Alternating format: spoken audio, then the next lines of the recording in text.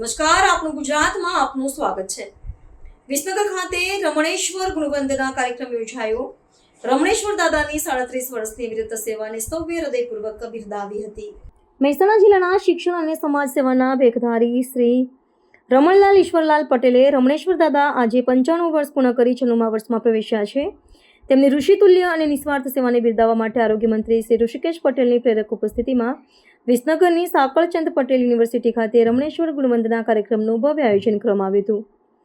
શ્રી રમણલાલ પટેલ 1988માં આચાર્ય પદેથી નિવૃત્ત થયા બાદ છેલ્લા 37 વર્ષથી સતત અને સાતત્યપૂર્ણ રીતે જ્યોતિ હોસ્પિટલ વિશ્વમંગલ ટ્રસ્ટમાં વહીવટી સેવાઓ આપી રહ્યા છે, જે તેમની અસામાન્ય સમર્પણની ભાવના દર્શાવે છે। ત્યારે આજના પ્રસંગે આરોગ્ય મંત્રી ઋષિકેશ પટેલે 95 વર્ષ પૂરા કરી 96મા વર્ષમાં પ્રવેશ રહેલ શ્રી રમણ દાદાને શુભેચ્છાઓ પાઠવતા જણાવ્યું હતું કે શ્રી રમણ દાદાના પરિવારના સભ્ય તરીકે હું એમની સાથે રહ્યો છું। તેઓ અનેકવિધ સેવાકીય પ્રવૃત્તિઓ સાથે તેઓ જોડાયેલા છે અને અત્યારે આ ઉંમરે પણ તેઓ જ્યોતિ હોસ્પિટલ ખાતે પોતાની સેવા આપી રહ્યા છે।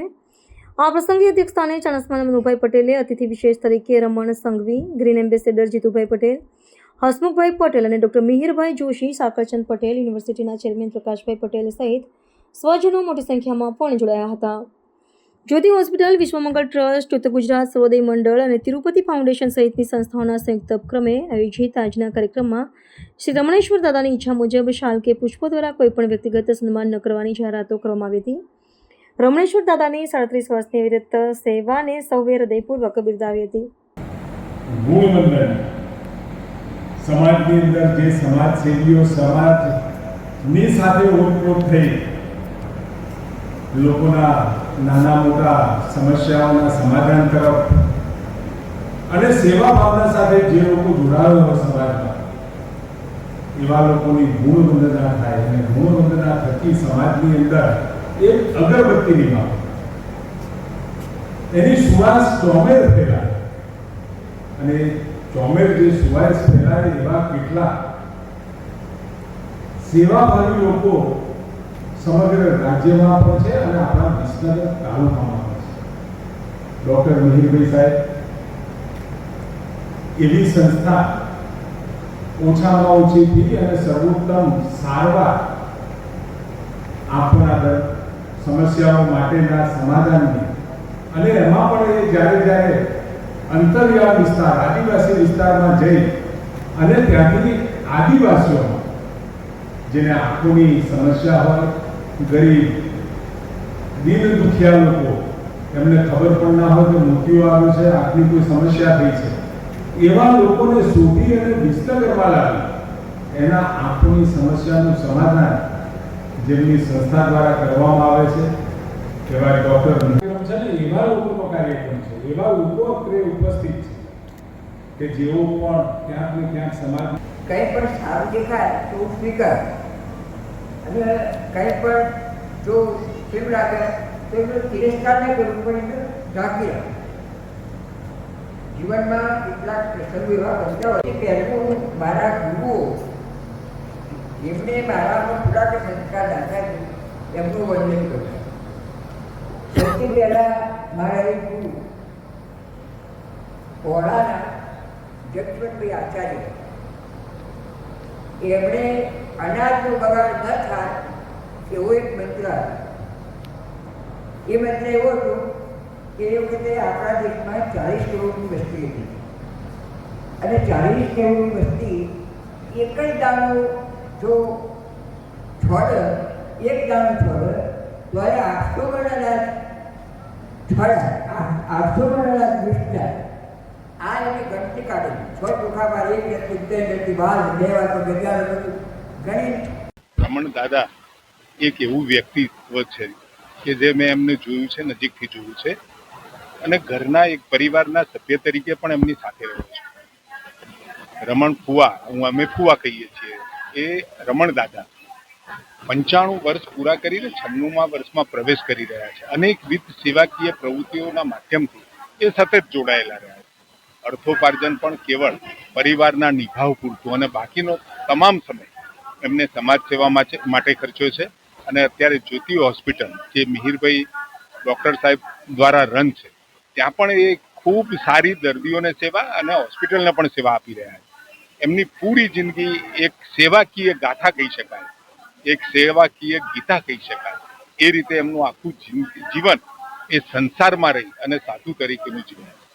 રમણ દાદાને 95 વર્ષની હાર્દિક શુભેચ્છાઓ આપીએ છીએ અને 96મા વર્ષમાં એમણે પ્રવેશ કર્યો છે. ત્યારે રમણ દાદાની ગુણોની વંદનાનો કાર્યક્રમ આજે આયોજિત કરવામાં આવ્યો છે. સાકરચંદ પટેલ યુનિવર્સિટીના કેમ્પસની અંદર જ્યોતિ ટ્રસ્ટ, તિરુપતિ ફાઉન્ડેશન અને સંવેદના ટ્રસ્ટ, સર્વોદય સંસ્થાઓ બધા સાથે થઈ અને રમણ દાદાની ગુણ વંદનાનો કાર્યક્રમ આયોજિત કર્યો છે.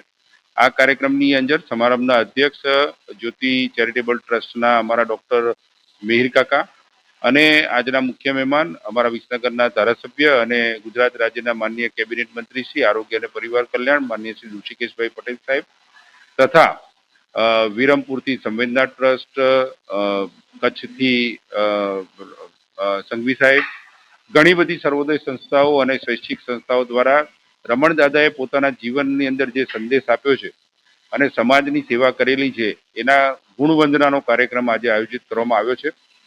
ઘણા બધા વક્તાઓએ રમણ દાદાના જીવન વિશે સંદેશ આપ્યો છે. રમણ દાદાએ પોતે પણ પોતાના જીવનમાં જે સંઘર્ષ કર્યો, એક આદર્શ શિક્ષક તરીકે, પોતાના કુટુંબના મોભી તરીકે, જ્યારે ક્રિટિકલ સમય હતો એમના જીવનની અંદર ત્યારે પણ કોઈ પણ જાતના પોતાના જીવનની અંદર શોર્ટકટ નહીં લઈ અને એક આદર્શ જીવન જીવ્યા છે. એ આજના સમયમાં આજના યુવા પેઢી માટે ખૂબ જ સંદેશ આપતું જીવન છે. એનાથી પ્રેરણા મળે છે. આજે રમણ દાદાએ જ્યારે પોતે નિવૃત્ત થયા એ પછી જ્યોતિ ચેરિટેબલ ટ્રસ્ટની અંદર પોતાનું સમર્પણ જીવન આપ્યું અને જ્યોતિ ટ્રસ્ટનો જે વિકાસ થયો એમાં પોતાની અદની સેવાઓ આપી. આજે જ્યારે વિશ્વ અને ખાસ કરીને ભારત દેશ એ પોતે સ્વદેશી વસ્તુઓ અપનાવવા માટેનું જે મુહિમ ચાલી રહી છે ત્યારે દાદાએ પોતાના જીવનમાં સ્વદેશી વસ્તુઓનો આવિષ્કાર કરી અને કઈ રીતે જીવન જીવવું એને પણ પ્રેરણા આપી છે. આજે વિશ્વની અંદર જ્યારે ભૂખમરો ચાલી રહ્યો છે ત્યારે અન્નનો બચાવ કઈ રીતે કરવો, એક એક કણને પણ પોતે બચાવી અને એક ચમચી પણ વધારાનો ખોરાક ન લઈ અને પોતાના જીવનમાં એક આદર્શ પ્રેરણા આપી છે. એનો પણ આજે સમગ્ર સભાની અંદર લોકોએ પોતાનું જીવનની અંદર આ ગુણ અપનાવવા જોઈએ એવી લાગણી વ્યક્ત થઈ છે. એટલે પોતાના સમગ્ર જીવનની અંદર એક આદર્શ જીવન કઈ રીતે વ્યક્તિ જીવી શકે, પોતાની ઓછામાં ઓછી જરૂરિયાતોને સંતોષી અને સમાજની સેવા કઈ રીતે કરી શકે એનો એક આદર્શ નમૂનો એ આપણા રમણ દાદા છે. આજે રમણ દાદાને 96મા વર્ષે અમે ખૂબ દિલથી શુભેચ્છાઓ વ્યક્ત કરીએ છીએ અને તેમના જીવનમાંથી પ્રેરણા લઈને આવનારી પેઢી, યુવા પેઢી કે પોતાના જીવનની અંદર સંસ્કાર અને નું સિંચન કરે, ભારતની સંસ્કૃતિનું જતન કરે અને ભારત દેશને વિકસિત રાષ્ટ્ર બનાવવા માટે યુવા પેઢી પોતાની અંદર સ્વદેશી અન્નનો બગાડ ન કરવો, પર્યાવરણની જાળવણી કરવી, આવા એક ઉદ્દેશ સાથે જે આ કાર્યક્રમ થયો છે એ ખરેખર ખૂબ જ આનંદમય અને ઉત્સાહ વધારવાનો કાર્યક્રમ છે. હું રમણ દાદાના પરિવારજનોને પણ ખૂબ ખૂબ હાર્દિક શુભકામનાઓ પાઠવું છું કે તેમણે પણ આજે રમણ દાદાના આ કાર્યક્રમને આયોજિત કરી અને સમાજને પ્રેરણા આપી છે. અને આ જ રીતે વિસનગર તાલુકા અને ગુજરાતની આપણી વિવિધ સંસ્થાઓ એ પોતે કામ કરી અને સમાજ ઉપયોગી જે જીવન જીવે છે એ સૌના માટે એક આદર્શરૂપ છે. રમણ કાકાને 95 વર્ષ પૂર્ણ થયા અને 96ના વર્ષમાં પ્રવેશ્યા. એમના માટે આ પ્રસંગ કર્યો છે અને મુખ્ય તો એમની ગુણવંદના, એટલે એમને આખા જીવનમાં શું કર્યું, શિક્ષક હતા ત્યારે અને નિવૃત્ત થયા પછી, એટલે નિવૃત્ત જીવન પણ કેટલું પ્રવૃત્તિમય થઈ શકે એ આપણે એમની પાસેથી શીખવું અને કઈ રીતે એક નિષ્ઠાથી કામ કરવું એ આપણે શીખવું જોઈએ અને આ બધાને જ ખબર પડે એના માટે આ પ્રોગ્રામ રાખવામાં આવ્યો છે. જ્યોતિ, એ જ મેં વાત કરી એ પ્રમાણે કે નિવૃત્તિ પછીનું જીવન કેવું, તો એ એમણે જે જ્યોતિને સમય આપ્યો છે અને જ્યોતિને જે પ્રમાણે ઉછેરી છે એ આમાં જ એ દેખાય છે કે એ કાકાએ એમાં કેટલું સારું કામ કર્યું છે. तो व्हाट्सएप, ट्विटर, फेसबुक, इंस्टा जहाँ भी आपका अकाउंट है इसे शेयर बटन के द्वारा वहाँ पर शेयर करें